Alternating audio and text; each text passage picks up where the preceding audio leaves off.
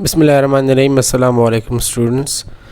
आज की वीडियो में मैं आपको क्वेश्चन नंबर 3 समझाऊंगा एक्सरसाइज 1.1 का, ठीक है। और इसमें बाकी जितने क्वेश्चन थे 1 से लेकर 7 तक वो मैं आपको प्रीवियस वीडियो में समझा चुका हूँ, ठीक है।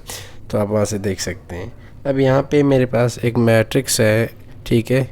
ये इसकी एलिमेंट्स हैं और ये अगर हम इसका आर्डर चेक करें तो मैंने आपको बताया था कि आप कैसे कर सकते हैं कि इसमें देखें कितनी रोज़ हैं, 4 रोज़ हैं, 4/3 कॉलम है, तो आर्डर है 4/3। अब ये देखें A12, मैंने जैसे बताया था कि हम जब आर्डर वो फाइंड करते हैं तो हम कहते हैं M/N, M mean rows and N mean columns.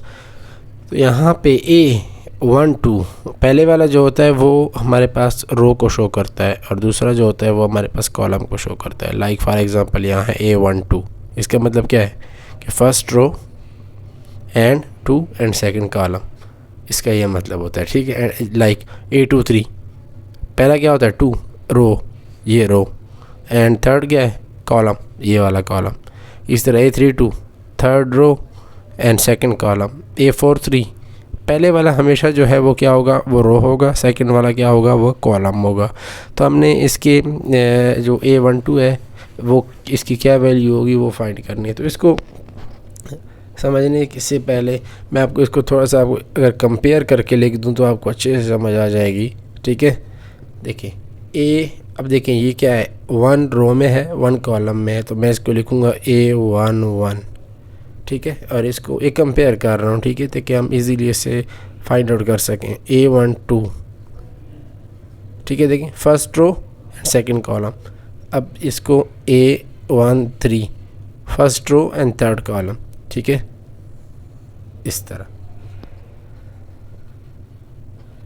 अब देखें इसी तरह, अब देखें दूसरी रो तो क्या आएगा, A2 आएगा एंड फर्स्ट कॉलम तो A21, और ये क्या होगा A22 यानी 2 रो एंड 2 कॉलम, और ये क्या होगा A23 यानी second column and third row, इस तरह। अब तीसरी रो है तो क्या लिखूँगा A31 third row and first column, और इसको लिखूँगा A32 यानी third row and second column, और इसको लिखूँगा A33, ठीक है, यानी third row and third column.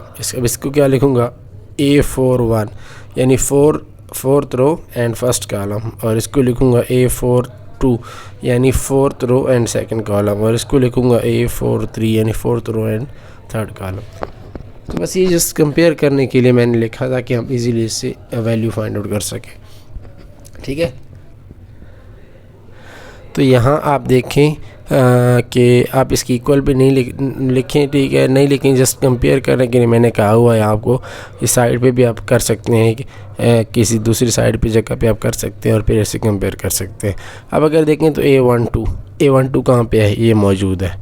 यहाँ देखें तो A12 ये बन रहा है, तो इसकी वैल्यू क्या है A12 की 2। अब A23 कहाँ मौजूद है, 23 ये मौजूद है, ठीक है, यानी सेकंड रो में थर्ड कॉलम ये बन रहा है, तो A23 क्या हो जाएगा 0, ठीक है। अब देखें A32 क्या होगा, मीन पहले वाला row third row and second column, और यहाँ A32 कहाँ मौजूद है, देखें ये A31 है, ये A32 है, तो हमारे पास A32 की वैल्यू क्या हो जाएगी 1, ठीक है। अब इसी तरह A43 कहाँ मौजूद है, ये देखें। अब देखें ये A41, ये A42, A43, तो देखें A43 की जगह क्या वैल्यू है 6। अब देखें A13, तो A13 कहाँ पे है, देखें यहाँ पे 13, तो देखें A11, A12, A13, तो A13 की क्या वैल्यू हमारे पास आ गई है -4। अब इस तरह क्या A33 कहाँ मौजूद है, यहाँ मौजूद है A31, A32, A33, तो यहाँ A33 की वैल्यू हमारे पास क्या आ गई है 5, ठीक है। तो ये हमारे पास क्वेश्चन नंबर 3 था। इसके साथ हमारा एक्सरसाइज 1.1 कंप्लीट हुआ। इंशाल्लाह 1.2 मैं आपको अगले वीडियो में समझाऊंगा। उम्मीद है आपको मैट्रिक्स के हवाले से अब कोई कन्फ्यूजन नहीं होगी, और जितने भी मैंने क्वेश्चन समझाए उम्मीद करता हूँ कि आपको आसानी से समझ आ जाएगी इंशाअल्लाह, अगर आप फोकस करके देखें, प्रैक्टिस करें इसकी।